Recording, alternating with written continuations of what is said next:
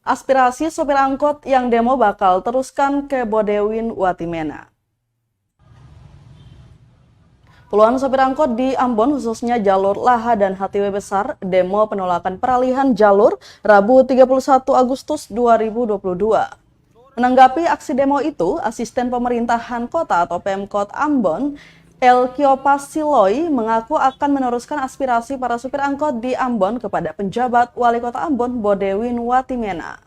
Menurutnya aspirasi itu tentunya akan ditindaklanjuti oleh Bodewin Watimena. Entah nantinya peralihan jalur itu diteruskan atau dievaluasi. Sebelumnya puluhan supir angkot demo tolak peralihan jalur, di mana untuk jalur angkot Laha dan HTW Besar yang tadinya melewati Jalan Tolu Kabesi, kini dialihkan melewati Jalan Pasar Batu Merah hingga Ongkoliong.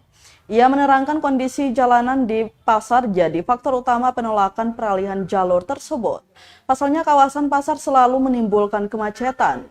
Jika ditambah dengan ratusan angkot Laha dan HTW Besar melintasi kawasan itu, tentu malah akan memperparah kemacetan yang ada.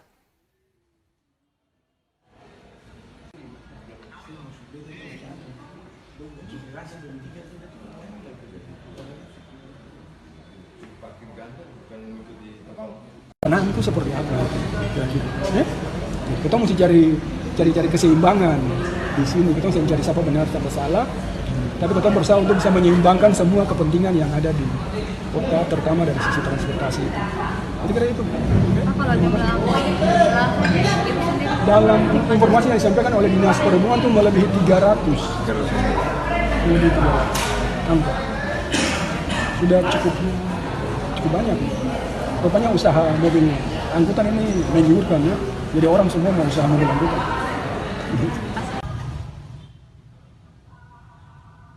Terima kasih sudah nonton. Jangan lupa like, subscribe, dan share ya.